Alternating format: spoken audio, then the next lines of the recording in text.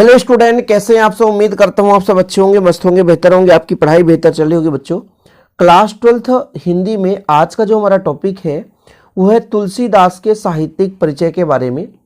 आपके पास परिचय लिखने को आता है, लेखक परिचय आता है, कवि परिचय आता है, और आप लोग सोचते हैं कि हम कैसे लिखें, जबकि केवल और केवल इनकी रचनाएं याद करनी पड़ती है।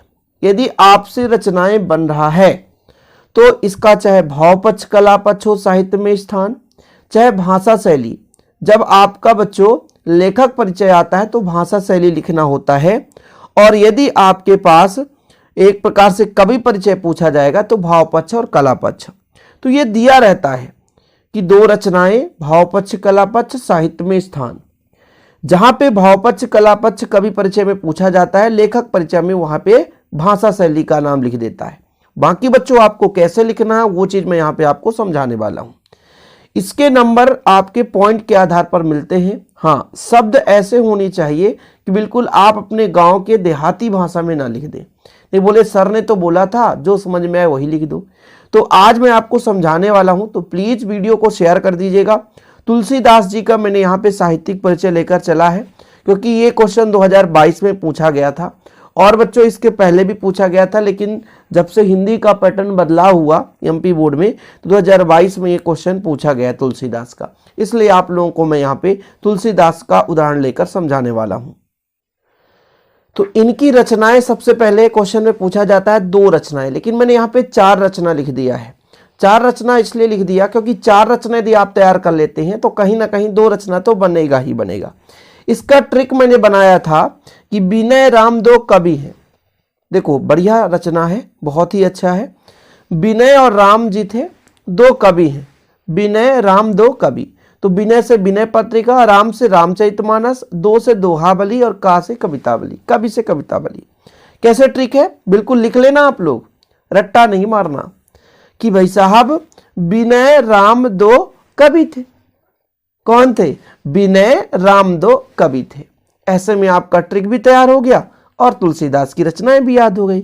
विनय राम 2 कवि हैं। ओके, कोई दिक्कत तो नहीं, बढ़िया याद हो गया। विनय पत्रिका, रामचरितमानस, 2 है तो दोहावली, का से तो कवितावली। सिंपल है बच्चों। अब जो भाव पक्ष और कला पक्ष दिख रहा है, भाव पक्ष का मतलब यह है कि उनकी रचनाओं में उन्होंने जो भी रचना किया, साहित्य में योगदान दिया, उससे हमें क्या सीख मिलता है, किस प्रकार से उनके कविताओं में भाव है।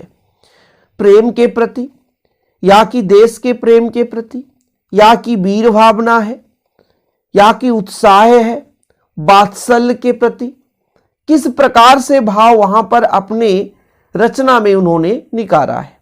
ठीक है, तो सबको पता है कि तुलसीदास जी राम जी के परम भक्त थे मतलब, यानी राम भक्ति शाखा के हम इनको कवि कह सकते हैं। भाव पक्ष मतलब इनकी रचनाओं में क्या भाव निखर रहा है। हम तो कह सकते हैं कि इनकी एक ऐसी रचना है जिससे हम अपने जीवन को जीने की शैली सीख पाते हैं। ठीक है, समाज के प्रति इन्होंने कई ऐसे रचनाएं लिखे जिससे समाज को एक नई प्रेरणा मिले। इनकी भाव की मैं बात कर रहा हूं।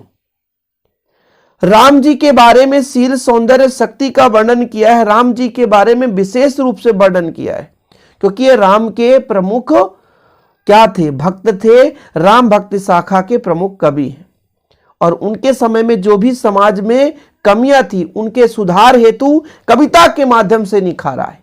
तो देखो ये सब अपने भाषा में लिख सकते हैं, बिल्कुल लिख सकते हैं। 1 नंबर कटने के चांसेस नहीं रहेंगे बच्चों। बस हाँ, हिंदी के ही शब्द होने चाहिए, उर्दू के मत लिख देना कि भाई तुलसीदास राम भक्ति शाखा के प्रमुख कवि हैं। मैं जो भी यहां पे लिखाने वाला हूं बिल्कुल ये मेरे भाषा में है। उन्होंने तात्कालीन समाज में भक्त कवि के साथ समाज सुधारक में भी माने गए हैं, क्योंकि अपने समय में उन्होंने भक्त के रूप में कवि का एक प्रकार से परिचय दिया है। मतलब उन्होंने कई कविताओं का लेखन किया है, लेकिन साथ साथ समाज सुधारक भी उन्हें माना गया है, क्योंकि अपने ही समय में वो समाज के सुधार के लिए विभिन्न प्रकार से रचनाएं लिखी, विभिन्न प्रकार से कविताओं का उल्लेख किया। भक्ति काल के इन्हें इसलिए कहा जाता है प्रमुख कवि। ठीक है, ये चीज बच्चों इतना लिखना है। तो ये तो आपका भाव पक्ष हो गया। कला पक्ष मतलब ये हुआ कि किस प्रकार से भाषाओं का प्रयोग किए, किस प्रकार से रस का प्रयोग किए, किस प्रकार से छंद का प्रयोग किए। तो तुलसीदास जी मुख्य रूप से राम भक्ति है, तो राम जी कहाँ ब्रज में निवास करते हैं, ब्रज में, ब्रज धाम सबसे पता, तो ब्रज भाषा, अवधी भाषा। यदि राम भक्ति शाखा की बात आ जाए, जब भी कहीं भी बात आ जाए तो ब्रज और अवधी भाषा आप लिख देना, नंबर कटने की कोई चांसेस नहीं है। कुछ नहीं समझ में आ रहा तो बोल देना कुछ मात्रा में संस्कृत शब्दों का भी प्रयोग किया है, जिससे कि उनकी रचनाएं, काव्य रचनाएं बिल्कुल सहजता से पढ़ा लिखा जा सकता है। उन्होंने अलंकार और रस का बढ़िया सौंदर्य पूर्वक प्रयोग किया है, जिससे कि उनकी भाषा बिल्कुल सरल हो गई है।